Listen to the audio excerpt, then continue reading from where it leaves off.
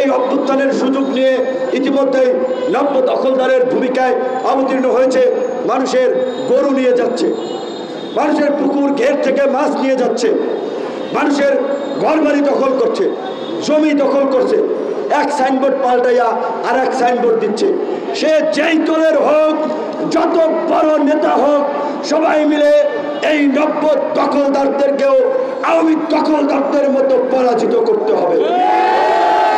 সারা বাংলাদেশে ছাত্র নাগরিকদের কাছে এই ফ্যাসিস্ট শক্তি পরাজিত হলেও গোপালগঞ্জ থেকে তারা এখন আস্ফালন দেখাচ্ছে।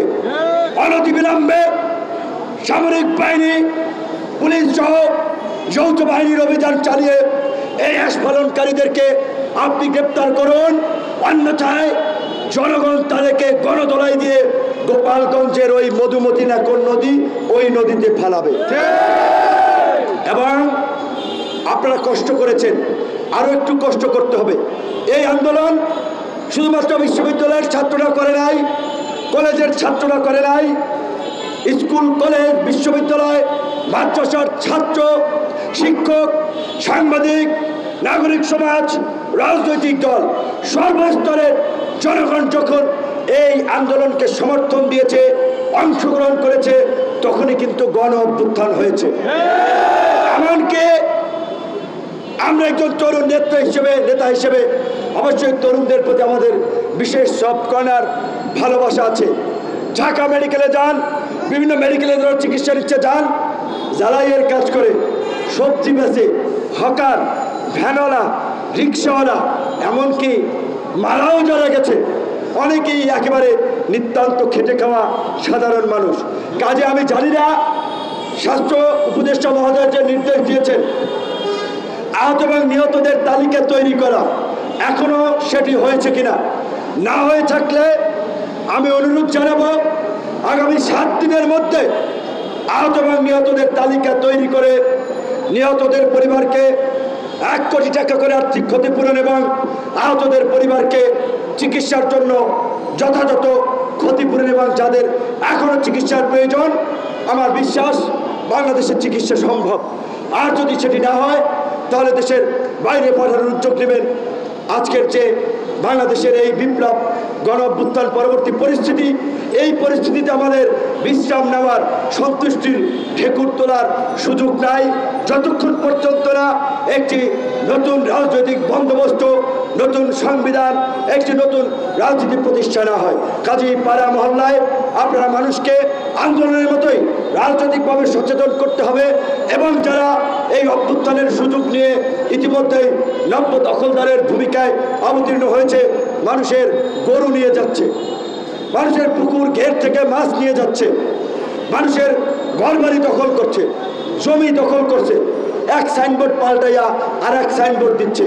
সে যেই দলের হোক, যত বড় নেতা হোক, সবাই মিলে এই নব্য দখলদারদেরকেও আওয়ামী দখলদারদের মতো পরাজিত করতে হবে। যেহেতু আমাদের নেতৃবৃন্দ বলেছে আপনারা কষ্ট করেছেন, আরেকটু কষ্ট করার জন্য বলেছে যে একটি গণ অবস্থান পরবর্তী একটি সংক্ষিপ্ত গণমিছিল কর্মসূচির, সেই মিছিল আমরা এখন অল্প সময়ের জন্য করে আমাদের প্রোগ্রাম শেষ করতে চাই। আমরা যেটা বলেছি আমাদের স্লোগান লাস্ট প্রোগ্রামে কিন্তু আমরা বলেছিলাম, রাজনৈতিক দলীয় স্লোগানের চেয়ে এখন আমাদের দরকার জাতীয় ঐক্য, জাতীয় সংহতি এবং সম্প্রীতি। তাই আমাদের এখনকার স্লোগান হচ্ছে সবার আগে বাংলাদেশ, সবাই মিলে গর্ব দেশ। সবার আগে বাংলাদেশ, সবাই মিলে গর্ব দেশ, সবাই মিলে গর্ব দেশ, সবার আগে বাংলাদেশ, সবার আগে বাংলাদেশ, সবাই মিলে গর্ব দেশ, সবাই মিলে গর্ব দেশ, সবার আগে বাংলাদেশ। জনতার অধিকার আমাদের অধিকার, আমাদের অঙ্গীকার, জনতার অধিকার, দেশ হবে জনতার আমাদের অঙ্গীকার, আমাদের অঙ্গীকার, দেশ হবে জনতার, দেশ হবে জনতার আমাদের অঙ্গীকার, জনতার অধিকার আমাদের অঙ্গীকার, আমাদের অঙ্গীকার, দেশ হবে জনতার। সবার আগে বাংলাদেশ, সবাই মিলে গর্ব দেশ, সবাই মিলে গর্ব দেশ, সবার আগে বাংলাদেশ। দেশ করতে অর্থনীতির চাকাকে সচল করার জন্য প্রবাসী ভাইদের বিশেষ সহযোগিতা প্রয়োজন। কাজেই আপনারা বৈধ পথে রেমিটেন্স পাঠাবেন আপনার এলাকার যে শিল্প কারখানাগুলো, সেটা যার শিল্প কারখানা হোক, সেটি যেন আক্রান্ত না হয়। আপনারা শিল্প কারখানার মালিককে সহযোগিতা করবেন। কেউ যদি অপরাধ করে থাকে আইনগতভাবে তার বিচার হবে, কিন্তু কোনো মিল কারখানায় হামলা করা, মালিক পক্ষকে বের করে দেওয়া, এই ধরনের দুর্বৃত্তপনা করার অধিকার কারো নাই।